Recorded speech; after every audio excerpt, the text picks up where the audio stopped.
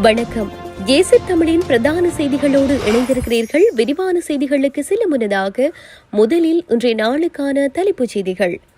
யாழ் உள்ளிட்ட பகுதிகளுக்கு மீண்டும் மழை, நாகமுத்து பிரதீபராஜா எச்சரிக்கை. தமிழ் தேசிய கட்சிகள் ஏட்டைக்கு போட்டியாக செயற்படுவர்களாக இருந்தால் அது பாரதூரமான விளைவுகளை ஏற்படுத்தும் என்கிறார் சுரேஷ் பிரேமச்சந்திரன். கசிப்பு உற்பத்தியில் ஈடுபட்டு வந்த நபர் போலீசாரால் மடக்கி பிடிப்பு. ஆளும் தரப்பு எம்பிக்களின் வேதனம் குறித்து நாடாளுமன்றத்திடம் விளக்கம் கூறியது கையூட்டல் ஆணைக்குழு. வவுனியாவில் குளம் ஒன்றில் நீராடச் சென்றபோது சுழியில் சிக்கி இளைஞன் பரிதாபமாக மரணம். யாழ்ப்பாணத்தில் இடம்பெற்ற விபத்து, ஆபத்தான நிலையில் ஒருவர் வைத்தியசாலையில் அனுமதி.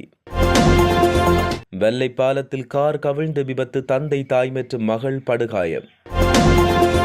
ஜனாதிபதி வடக்குக்கு சென்று தன்னுடைய அரசியல் பரப்புரைகளை மேற்கொள்வதை விடுத்து நாட்டின் பொருளாதார அபிவிருத்தியில் கவனம் செலுத்த வேண்டும் என்கிறார் நளின் பண்டார. தொடர்பென விரிவான செய்திகள். வடக்கு மற்றும் கிழக்கு மாகாணங்களின் பல பகுதிகளுக்கும் எதிர்வரும் 23ஆம் தேதி முதல் மிதமானது முதல் சற்று கனமான மழை கிடைக்கும் வாய்ப்புள்ளதாக யாழ்ப்பாண பல்கலைக்கழகத்தின் புவியியல் துறை தலைவர் பேராசிரியர் நாகமுத்து பிரதீபராஜா எச்சரிக்கை விடுத்துள்ளார். அவர் நேற்று வெளியிட்ட பதிவில் எதிர்வரும் 22ஆம் தேதி இலங்கையின் கிழக்கு மற்றும் தென்கிழக்கு வளிமண்டலத்தில் உறுதியற்ற தன்மை ஒன்று உருவாகும் வாய்ப்புள்ளதாக குறிப்பிட்டார். இதன் காரணமாக எதிர்வரும் 23ஆம் தேதி முதல் 27ஆம் தேதி வரை வடக்கு மற்றும் கிழக்கு மாகாணங்களின் பல பகுதிகளுக்கு பரவலானது முதல் மிதமானது முதல் சற்று கனமான மழை கிடைக்கும் வாய்ப்புள்ளதாக குறிப்பிட்டார். அதேவேளை இந்த காலப்பகுதியில் மத்திய, ஊவா, வடமத்திய மற்றும் தென் மாகாணங்களுக்கு மழை கிடைக்கும் வாய்ப்புள்ளதாக தெரிவித்தார். எனவே வடக்கு மற்றும் கிழக்கு மாகாணங்களில் நெல் அறுவடை செயற்பாடுகளை மேற்கொள்ளும் விவசாயிகளும் அறுவடை செய்த நெல்லை உலரவிடும் விவசாயிகளும் இந்த மழை நாட்களை கருத்தில் கொண்டு செயற்பட வேண்டும் என்றும் எச்சரித்துள்ளார். வெங்காயம் மற்றும் மரக்கறி செய்கையாளர்கள் இந்த மழை நாட்களை கருத்தில் கொள்ள வேண்டும் என்றும் குறிப்பிட்டுள்ளார். அதேவேளை தற்போது வடக்கு மற்றும் கிழக்கு மாகாணங்களில் நிலவி வரும் குளிரான நிலைமை அடுத்த சில நாட்களுக்கு அதிகரிக்கக்கூடும் என்றும் அவர் தெரிவித்துள்ளார். தமிழினத்தின் இருப்பினை பாதுகாத்துக் கொள்ள தமிழ் தேசிய கட்சிகளுக்குள் ஒற்றுமை தேவை என ஜனநாயக தமிழ் தேசிய கூட்டணியின் உத்தியபூர்வ பேச்சாளர் சுரேஷ் பிரேமச்சந்திரன் தெரிவித்தார். தாங்கள் விரும்பியவாறு ஜனநாயக தமிழ் தேசிய கூட்டணி செயற்பட வேண்டும் என்று தமிழ் தேசிய மக்கள் முன்னணி விரும்பினால் அது நடைபெறாதென்றும் சுட்டிக்காட்டினார். சமகால அரசியல் தொடர்பில் கருத்து வெளியிட்ட போது அவர் இவ்வாறு தெரிவித்தார். பொது விடயங்களிலாவது தமிழ் தேசிய கட்சிகள் ஒன்றுபட்டு செயற்பட வேண்டும்.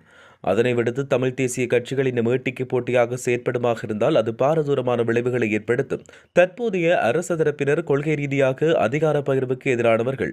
இந்த நாட்டில் தேசிய பிரச்சினை தீர்க்கப்பட வேண்டும் என்றால் நிச்சயம் புதிய அரசமைப்பு கொண்டுவரப்பட வேண்டும் என்றும் சுரேஷ் பிரேமச்சந்திரன் மேலும் தெரிவித்தார்.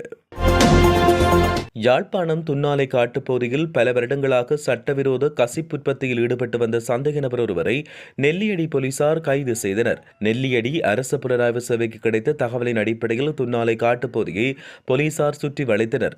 தப்பியோடிய மற்ற சந்தேக நபர்களையும் கைது செய்யும் நடவடிக்கையில் நெல்லியடி போலீசார் ஈடுபட்டு வருகின்றனர். இந்த சுற்றிவளைப்பில் 50,000 மில்லி லிட்டர் கசிப்பு, 78,000 கோடா மற்றும் கசிப்பு உற்பத்திக்கான உபகரணங்கள் கைப்பற்றப்பட்டுள்ளன. கைது செய்யப்பட்டுள்ள சந்தேக நபரும் தடய பொருட்களும் பருத்தித்துறை நீதிமன்றில் ஒப்படைத்து சட்ட நடவடிக்கைகளுக்கு முன்வைக்கப்பட உள்ளதாக தெரிவிக்கப்படுகின்றமை குறிப்பிடத்தக்கது. நாடாளுமன்ற உறுப்பினர்களின் வேதனம் ஒரு குறிப்பிட்ட கணக்கில் வரவு வைக்கப்படுகிறதா அல்லது அந்தந்த நாடாளுமன்ற உறுப்பினர்களின் கணக்குகளில் வரவு வைக்கப்படுகிறதா என்பது தொடர்பில் கைகூட்டல் குற்றச்சாட்டுகளை விசாரிக்கும் ஆணைக்குழு நாடாளுமன்றத்திடம் விளக்கம் கோரியுள்ளது. முன்னாள் நாடாளுமன்ற உறுப்பினர் உதய கம்மன்பில் அளித்த முறைப்பாட்டை தொடர்ந்து இந்த விளக்கம் கோரல் மேற்கொள்ளப்பட்டுள்ளது.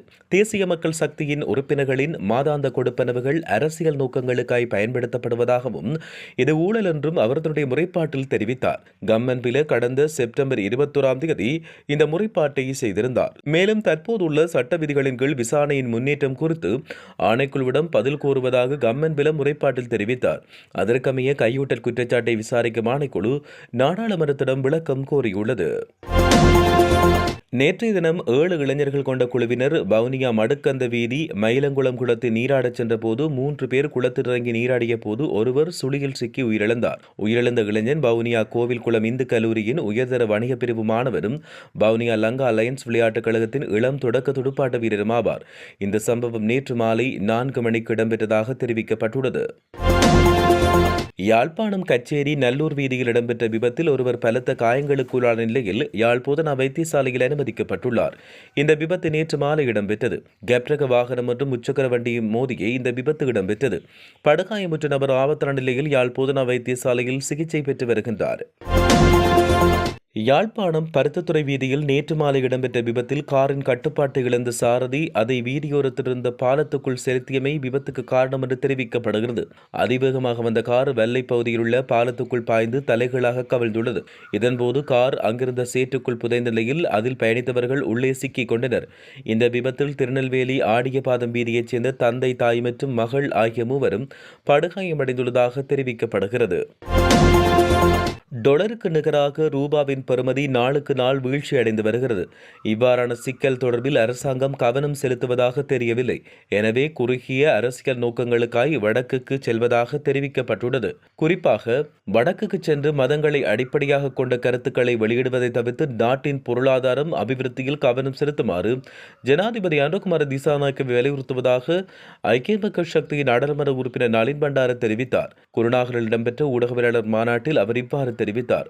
கல்வி சீர்திருத்தம் தொடர்பில் சரியான நிலைப்பாடு என்ன என்பது அரசாங்கத்துக்கு தெரியவில்லை. ஒருபுறம் பிரதமர் ஹரணி அமரசூரிய கல்வி சீர்திருத்தங்கள் அவ்வாறு முன்னெடுத்துச் செல்லப்படும் என்று கூறுகிறார். மறுபுறம் அதற்கு எதிராக ஆளும் தரப்பு கருத்துக்களை முன்வைக்கிறது. தனிப்பட்ட நபர்களின் தேவைகளுக்காக அன்று எதிர்கால முன்னேற்றத்துக்காக கல்வி சீர்திருத்தம் முன்னெடுக்கப்பட வேண்டும். ஜனாதிபதி, பிரதமர், அமைச்சரவை பேச்சாளர், அமைச்சர்கள் என்று பலரும் இதுகுறித்து அரசாங்கத்தின் நிலைப்பாட்டை ஒருமித்து வெளிப்படுத்த வேண்டும் என்றும் அவர் கோரிக்கை விடுத்துள்ளார். அச்சிடுவதற்கு நிலுவையில் உள்ள சாரதி அனுமதிப்பத்திர அட்டைகளை அச்சிட்டு விநியோகிக்கும் நடவடிக்கை எதிர்வரும் மார்ச் மாதத்துக்குள் நிறைவடைய உள்ளதாக மோட்டார் வாகன போக்குவரத்து திணைக்களம் அறிவித்துள்ளது. அதன்படி சாரதி அனுமதிப்பத்திர அட்டைகளை பெற்றுக்கொள்ளாத 5 லட்சம் சாரதிகளுக்காக அச்சிட்ட அட்டைகள் அஞ்சலூடாக அனுப்பி வைக்கப்பட உள்ளதாக திணைக்களத்தின் ஆணையாளர் கமல் அமரசிங்க தெரிவித்தார். முன்னதாக அனுமதி பத்திரத்தை அச்சிடும் அட்டைகளுக்கு ஏற்பட்ட தட்டுப்பாடு காரணமாக நிரந்தர அனுமதி அட்டைகளை வழங்குவது தற்காலிகமாக இடைநிறுத்தி வைக்கப்பட்டதாக அவர் தெரிவித்தார். தேவையான அட்டைகள் தற்போது இறக்குமதி செய்யப்பட்டு அச்சிடும் பணிகள் முன்னெடுக்கப்பட்டுள்ளதால் எதிர்வரும் மார்ச் மாதம் அளவில் நிரந்தர சாரதி அனுமதி பத்திரங்களை பெற்றுக்கொள்ள முடியும் என்றும் மோட்டார் போக்குவரத்து ஆணையாளர் கமல் அமரசிங்க தெரிவித்தார். புதிய கல்வி சீர்திருத்தங்களில் ஏற்பட்டுள்ள பிரச்சினைகளை விரைவில் தீர்த்து மாணவர்களுக்கு சிறந்த கல்வியை வழங்குவதற்கு நடவடிக்கை துரிதப்படுத்துவதாக சுகாதார மற்றும் வெகுஜன ஊடக அமைச்சர் நலிந்த ஜேதிச மல்வத்து மற்றும் அஸ்கரிய பீடங்களின் மகாநாயகத்திற்கிடம் தெரிவித்தார். நேற்று அங்கு சென்ற அமைச்சர் நலிந்த ஜேதிச அஸ்கரிய மற்றும் மல்வத்து பீடங்களின் மகாநாயகத்தியர்களை சந்தித்து ஆசை பெற்றுக் கொண்ட போது இதை தெரிவித்தார். கடந்த ஏப்ரல் இந்திய பிரதமர் நரேந்திர மோடி இலங்கைக்கு விஜயம் செய்தபோது இந்தியாவின் பௌத்த சிறப்புமிக்க வழிபாட்டு சின்னங்களை இலங்கை மக்கள் வழிபட வேண்டும் என்று ஜனாதிபதி அனுகுமார் திசாநாயக்க தெரிவித்தார். அதற்கமைய அவை எதிர்வரும் பிப்ரவரி 4ஆம் தேதி நாட்டுக்கு கொண்டு வரப்பட உள்ளது. இது தொடர்பில் மகாநாயகத்தியர்களுக்கு விளக்கம் அளிக்கப்பட்டுள்ளது. மேலும் கல்வி சீர்திருத்தங்கள் நீண்ட காலம் முன்னெடுக்கப்படாமல் இருக்கிறது. எனவேதான் சீர்திருத்தங்களை நடைமுறைப்படுத்த எமது அரசாங்கம் நடவடிக்கை எடுத்து வருவதாகவும் அவர் குறிப்பிட்டுள்ளார். வெளிநாட்டில் தயாரிக்கப்பட்ட ரிவால்வர் ரக துப்பாக்கிகளுடன் 2 சந்தேக நபர்கள் தெற்கு கொழும்பு குற்றப்புலனாய்வு பணியகத்தால் கைது செய்யப்பட்டுள்ளனர். இந்த பணியகத்துக்கு சனிக்கிழமை கிடைத்த ரகசிய தகவலின் அடிப்படையில் மருதானை பட்டியாவத்த பகுதியில் இந்த சுற்றி வளைப்பு மேற்கொள்ளப்பட்டது. இதன்போது 2 கிராம் 500 மில்லி கிராம் ஐஸ் போதைப்பொருள் மற்றும் வெளிநாட்டில் தயாரிக்கப்பட்ட ரிவால்வர் ரக துப்பாக்கியுடன் ஒரு சந்தேக நபர் கைது செய்யப்பட்டார்.